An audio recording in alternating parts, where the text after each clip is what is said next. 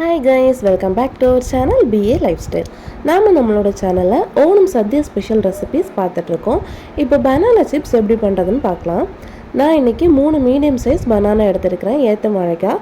இதோட தொலியை ரிமூவ் பண்ணிட்டு இந்த மாதிரி சின்ன ஸ்லைசஸா கட் பண்ணி எடுத்துக்கலாம். நான் இன்னைக்கு நம்ம வீட்ல கிரேட்டர்ல பொட்டேட்டோ சிப்ஸ் போடுறதுக்கு ஒரு பிளேட் இருக்கும்ல, அதில தான் கட் பண்ணி எடுத்துக்கிறேன். நீங்க நைஃப் வச்சும் கட் பண்ணலாம். இப்போ நான் ஆயிலை ஹீட் பண்ண வச்சுருக்கிறேன். ஆயில் ஹீட் ஆனதுக்கப்புறமா நம்ம கட் பண்ணி வச்சுருந்த அந்த வாழைக்காய் பீசஸை இதில் ஆட் பண்ணி கொடுக்கலாம். ஆட் பண்ணி மீடியம் ஃப்ளேமில் வச்சு நம்ம இதை ஃப்ரை பண்ணி எடுக்க போகிறோம். ரொம்ப ஹை ஃப்ளேமில் வைக்க வேணாம், மீடியம் ஃப்ளேமில் வச்சு 2 பக்கமும் நல்லா திருப்பி போட்டு நம்ம இந்த வாழைக்காவை ஃப்ரை பண்ணி எடுத்துக்கலாம். இப்போ பார்த்திங்கன்னா நம்மளோட சிப்ஸு சூப்பராக ஃப்ரை ஆகி வந்திருக்கு.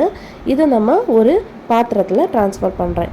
நான் இன்றைக்கி ஆயிலெல்லாம் வடிகட்டுறதுக்காக இந்த மாதிரி ஒரு பாத்திரத்தில் வச்சுருக்கிறேன். இப்போ பார்த்திங்கன்னா நம்ம சிப்ஸு மொறுன்னு சூப்பராக ரெடி ஆயிடுச்சு. அப்படி உடச்சோன்னா சூப்பராக உடஞ்சிடுது பார்த்திங்களா. இப்போது நான் இது கூட கொஞ்சம் மசாலா ஆட் பண்ண போகிறேன். கொஞ்சமாக சால்ட்டு, அப்புறமா கொஞ்சமாக பெருங்காயத்தூள் ஆட் பண்ணுறேன். கூடவே ஒரு 1/2 ஸ்பூன் மிளகுத்தூள் நான் ஆட் பண்ணி கொடுக்குறேன். இது ஆப்ஷனல் தான், உங்களுக்கு தேவைன்னா நீங்கள் ஆட் பண்ணிக்கோங்க, இல்லை வேண்டான்னா நீங்கள் இதை கம்ப்ளீட்டாக ஸ்கிப் பண்ணிக்கலாம். இந்த மாதிரி குலுக்கி விட்டுக்கோங்க, அப்போது எல்லா இடத்துலையும் நல்லா ஸ்ப்ரெட் ஆகி வரும். இப்போ பார்த்திங்கன்னா நம்மளோட பனானா சிப்ஸ் சூப்பராக ரெடி ஆயிடுச்சு. குழந்தைங்க பெரியவங்க எல்லாருக்குமே பிடிச்சமான பனானா சிப்ஸ் வீட்டில் கண்டிப்பாக ட்ரை பண்ணி பாருங்கள்.